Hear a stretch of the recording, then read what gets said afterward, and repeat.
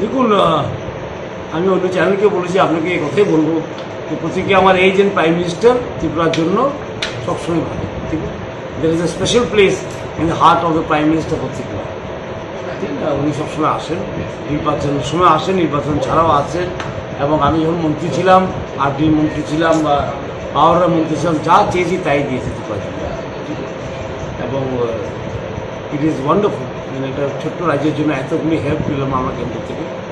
এবং আজকে দেখুন ৭৫ বছর পরে ত্রিপুরা রাজ্য থেকে দেখুন গভর্নরও হয়ে গেছে, এটা ছিল না আগে। তো পদ্মশ্রীও ছিল না, ১-২টা রথীন দত্ত পেয়েছিল, ১-২টা ছিল, আজকে ৫-৬টা ৭টা পদ্মশ্রী হয়েছে। সুতরাং ত্রিপুরাকে একটা পরিচয় দেওয়ার একটা ব্যাপারটা, সেটা মোদিজির আমালই হয়েছে।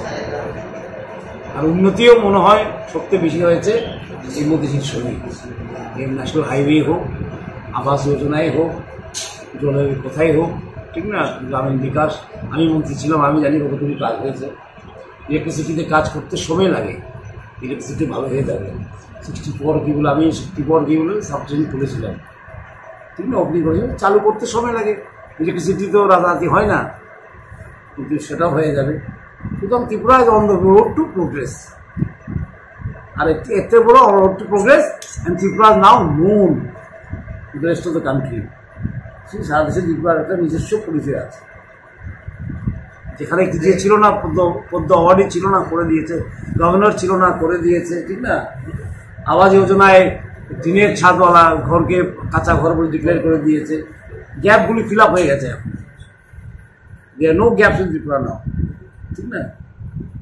আর আমি তো ভাবি, এখানে আমি কাজ করছি মন্ত্রী হিসেবে 5টি বছর, আর বেশ আমার হাতে বড় বড় ডিপার্টমেন্টগুলো আমার হাতে ছিল। ফাইন্যান্সই বলুন, প্ল্যানিংই বলুন, কোঅর্ডিনেশন বলুন, পাওয়ার বলুন, আর কি পঞ্চায়েত, সবটি আমার হাতেই ছিল। এবং খুব ভালো কাজ আছে। সবটির মধ্যে একটা মাইলস্টোন আছে। একটা ছোটো ডিপার্টমেন্ট কি বলে, সায়েন্স অ্যান্ড টেকনোলজি, সেখানেও মাইলস্টোন আছে, বায়োভিলেজ 2। সেটাকে নীতি আয়োগ কি বলেছে আজকে, বেস্ট প্র্যাকটিস, আমাদের বেস্ট প্র্যাকটিস ইন ইন্ডিয়া। সেটাকে হয়তো ন্যাশনাল প্রজেক্ট করে নেবে। সুতরাং আমি যখন যাবো গভর্নর হয়ে, কি বলে তেলেঙ্গানায়, আমার অভিজ্ঞতাগুলো আমি শেয়ার করতে পারবো যে আছে। এবং মুখ্যমন্ত্রীর সঙ্গে মিলেমিশে কাজ করা, ইলেকটেড গভর্নমেন্ট আছে এখানে না, ডেমোক্রেটিকলি গভর্নমেন্ট। আমি সেখানকার কনস্টিটিউশনাল সরকার চলে, সেটা আমার কাজ। এবং মুখ্যমন্ত্রীর সঙ্গে মিশে কাজ করে তেলেঙ্গানায় কীভাবে আরও সুন্দর করা যায়, আরও সমৃদ্ধ করা যায়, সেটা দেখার আমার কাজ। একটু অন্যরকম কাজ এখানে, আমি মন্ত্রী থাকার সব একটু অন্যরকম কাজ, তো কাজই সুতরাং এই কাজটা করবো গিয়ে। শপথ গ্রহণ করবো 31 তারিখে আমি যাবো, সেদিন শপথ গ্রহণ করবো। কারণ 1 তারিখ আমার দিল্লি যেতে হয়, গভর্নর মিটিং আছে রাষ্ট্রপতি ভবন, সেখানে অ্যাটেন্ড করতে হবে। আপনার ত্রিপুরা রাজ্য এবং তেলেঙ্গানা রাজ্যের উদ্দেশ্যে কী বার্তা থাকবে? তেলেঙ্গানা এবং ত্রিপুরা রাজ্যের উদ্দেশ্যে কী বার্তা থাকবে? দেখুন, তেলেঙ্গানায় যে এক্সপিরিয়েন্স হবে আমার, আমি নিশ্চয়ই শেয়ার করবো এখানে। আমি আগেও বলেছি, এক্সপিরিয়েন্স সবচেয়ে বড় জিনিস। এক্সপিরিয়েন্স, আইডিয়াস, ভিউজ সবচেয়ে বড় জিনিস, ঠিক না। একটা স্টেট থেকে নিয়ে আসা, আরেকটা স্টেটে নিয়ে আসা খুব বড় জিনিস। থেকে অ্যাডাপ্ট করতে হয়, কিছু ফাইন টিউনিং করতে হয়। আর ত্রিপুরা থেকে যে অভিজ্ঞতা নিয়ে যাবো, সে তেলেঙ্গানায় শেয়ার করবো, ঠিক না। আর ত্রিপুরাকে আমাকে আরও যদি আপনার একটা সাংবাদিক আমাকে প্রশ্ন করেছিল, ত্রিপুরাকে আমি ত্যাগ করেছেন, আমি ত্যাগ করার প্রশ্নই ওঠে না, ঠিক না। সেখানে এখানে আমার জন্ম হয়েছে, এখানে আমি পলিটিক্স করেছি, এখানে আমি সব করেছি, পার্টি করেছি, সব এখানেই করেছি। ত্যাগ করার প্রশ্ন ওঠে না। কাজ করতে যেতে হয়, ঠিক না। আমাদের সেনাবাহিনী তো বর্ডারে যেতে হয়। আমরা তো এখান থেকে রাত ভ্রমণে যাবো, ভালো জায়গায় যাবো, রাত ভ্রমণ থাকতে হবে। সেনাবাহিনীর চাকরি করে ওরা কোথায় যায়? বর্ডারে যায়। কাজ যেখানে থাকে সেখানে যেতে হবে, ঠিক আছে। কাজ করতে হয়, বিভিন্ন রকমের কাজ, মন্ত্রীর কাজ, কোনো সময় সাংগঠনিক হেডের কাজ, কোনো সময় সংগঠনের কাজ করেছি আমরা আগে, ঠিক না। বিজেপি সংগঠনের কাজও করেছি আমি তৃণমূল স্তর থেকে। বিজেপি যখন ছিল না, তখন বিজেপি মণ্ডল বানিয়েছি, চার দোকানে বসে বসে। মন্ত্রী হলাম, আমি গভর্নর হচ্ছি, বিভিন্ন রকমের কাজ। আর আমি ভাবি এটা জীবনটাকে আরও সমৃদ্ধ করে, বিভিন্ন রকমের এক্সপিরিয়েন্স জীবনটাকে আরও সুন্দর করে, জীবনটাকে কী বলে বিভিন্ন রঙে টাঙিয়ে দেয়। সেটা খুব সুন্দর, খুব সুন্দর কাজ। জীবনটা এমনই হওয়া উচিত, ঠিক না। যখন পার্টি করেছিলাম, মানুষ হেসেছিল আমাকে, বলে আরে কি বিজেপি পার্টি করে, সিপিএম করে, কংগ্রেস করে, লোকে উনি কোথায় থেকে রাজবাড়ির ছেলে গিয়ে বিজেপি পার্টি করছে। কিন্তু আজকে দেখুন, একটা অভিজ্ঞতা, যারা তৃণমূল স্তর থেকে কাজ করতে পেরেছি।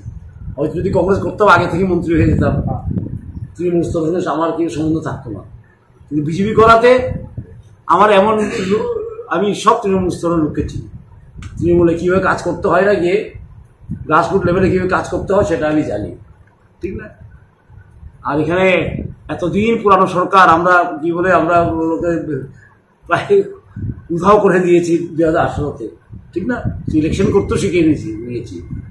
এই জীবনে যত চলতে থাকে না তত শিখতে থাকে, শেখার তো শেষ নেই না। The more you experience the more you learn, আর লার্নিং প্রসেসে কোনো শেষ হয়নি। সুতরাং আমি তো বলি এই যে গভর্নরের কাজটা আমার জন্য একটা লার্নিং প্রসেস। একটা বড় স্টেটে কীভাবে সরকার চলে, কী স্কিমগুলি চলে, কীভাবে উন্নতি করেছে ওরা, কী নিয়ে আসা যায় ত্রিপুরাতে, আর ত্রিপুরা থেকে কী নিয়ে যেতে পারি আমি তেলেঙ্গানা, সেটা একটা কী বলে একটা খুব আদান প্রদান ছোটো স্টেট বড় স্টেটের মধ্যে কীভাবে করা যায় সেটা আমি নিশ্চিত দেখি। খুব ইন্টারেস্টিং লাগে, তাই কথা বলে উদ্দেশ্য হয়েছে। স্যার, আপনি এখানে মুখ্যমন্ত্রী থাকাকালীন দপ্তরের বেশিরভাগ সময় দপ্তরের আপনি রিভিউ মিটিং বসতেন, ওইখানে গভর্নর হিসাবে কি বিভিন্ন দপ্তরের সঙ্গে রিভিউ মিটিং করবেন আপনি? সেটা আমার কাজ না, আমার কাজ হলো সার্বিক দেখা, ঠিক না? রিভিউ মিটিং করা ডিপার্টমেন্টের মিনিস্টারের কাজ। এখানে মিনিস্টার ছিলাম, মিনিস্টারের কাজ এবং গভর্নরের কাজ যদি মিলিয়ে ফেলে তো মুশকিল হয়ে যায়। আচ্ছা, তখন কী হয়, তখন জিনিসটা মুশকিল হয়ে যায়। স্যার মনে রাখতে হবে সেখানে আমি সংবিধানের হেড, এখানে আমি এক্সিকিউটিভ ছিলাম, মন্ত্রী ইজ দি এক্সিকিউটিভ, ঠিক না? ক্যাবিনেট হলো সবচেয়ে বড় executive of the state is the cabinet, সেখানে হলো আমি সব কী বলে স্টেটের head as the constitutional head.